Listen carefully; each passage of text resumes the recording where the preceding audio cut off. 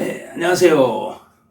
여러분들, 일반 소득세 그러면 그 소득세 중에서 숫자가 몇 개나 있을까요? 제가요, 일반 소득세 여러분들 공부를 안 해봤다고요? 공부를 안 하시면 일반 소득세하고 관련된 규정을 많이 어려워하시고, 거기에 숫자가 뭐가 있지? 이 숫자가 이런 숫자가 있었나? 하고 궁금해 하실 거예요. 그런데 일반 소득세에서 여기에 지금 보이는 게, 이 화면에 보이는 게 있죠. 1번부터 7번까지. 끝! 7개예요. 7개 숫자밖에 없어요.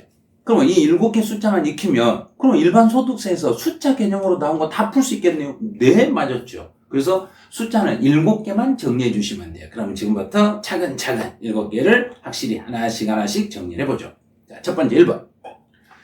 소득세 납세 의무자는, 그럼 소득세 납세 의무자는 거주자도 될 수 있고 비거주자도 될 수 있어요. 그럼 그 중에 우리나라에 주소를 두고 있으면 거주자죠.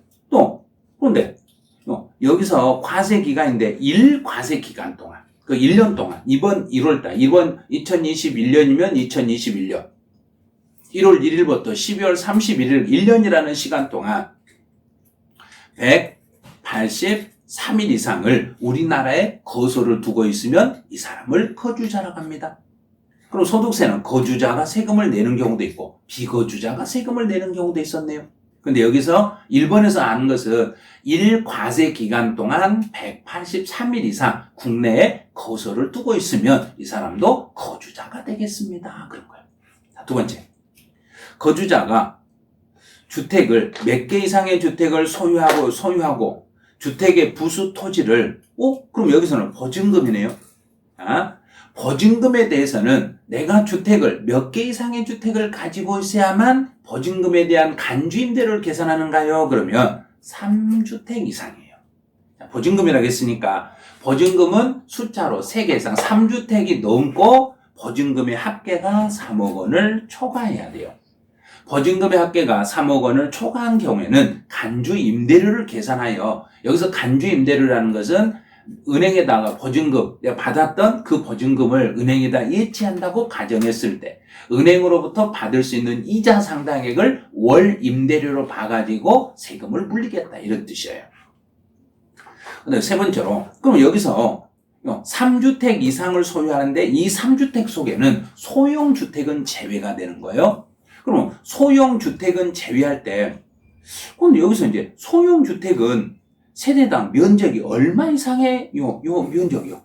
제곱미터 얼마? 그럼 여기는 40 이하인 주택으로서 기준 시가 2억 이하인 소형주택은 종부세 대상에서 제외되겠습니다. 그럼 아주 적은 거, 대략 아주 적은, 이게 아주 소형으로 돼 있는 이런 주택들은 종부세, 지금 여기 임대소득에서 보증금을 받았더라도 이 보증금 받은 이 부분에 대해서는 주택수 계산, 3주택이라는 주택수 계산에서 빠지겠습니다. 이렇게 되는 거예요.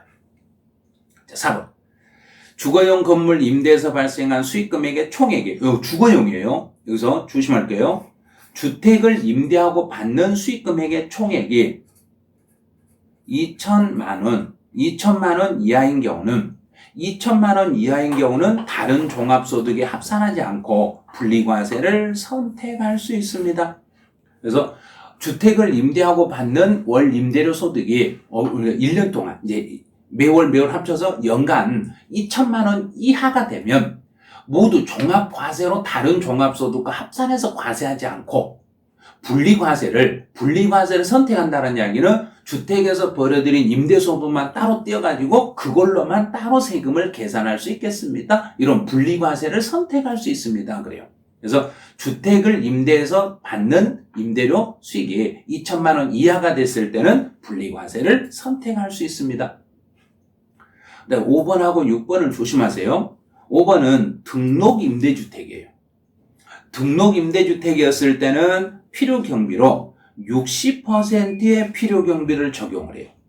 그런데 분리과세 주택 임대소득을 제외한, 그러면 분리과세 임대소득을 제외한 나머지 종합소득 금액이 2천만 원 이하인 경우에는 추가로 공제 400만 원을 추가로 공제를 해줘요.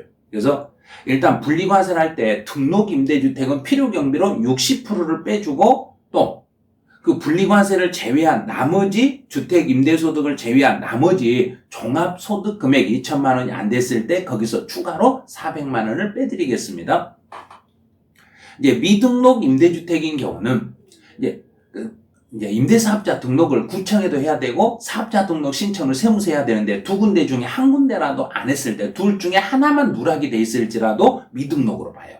그래서 미등록 임대주택인 경우는 필요경비를 50%만 인정해주고 그다음에 여기서도 분리과세 주택 임대소득을 제외한 해당 과세견의 종합소득 금액이 2천만 원 이하였을 때는 이 경우는 200만 원만 공제혜택을 드리겠습니다. 그래서 미등록이었을 때는 50% 200만 원만 공제혜택을 드리겠습니다. 그래요.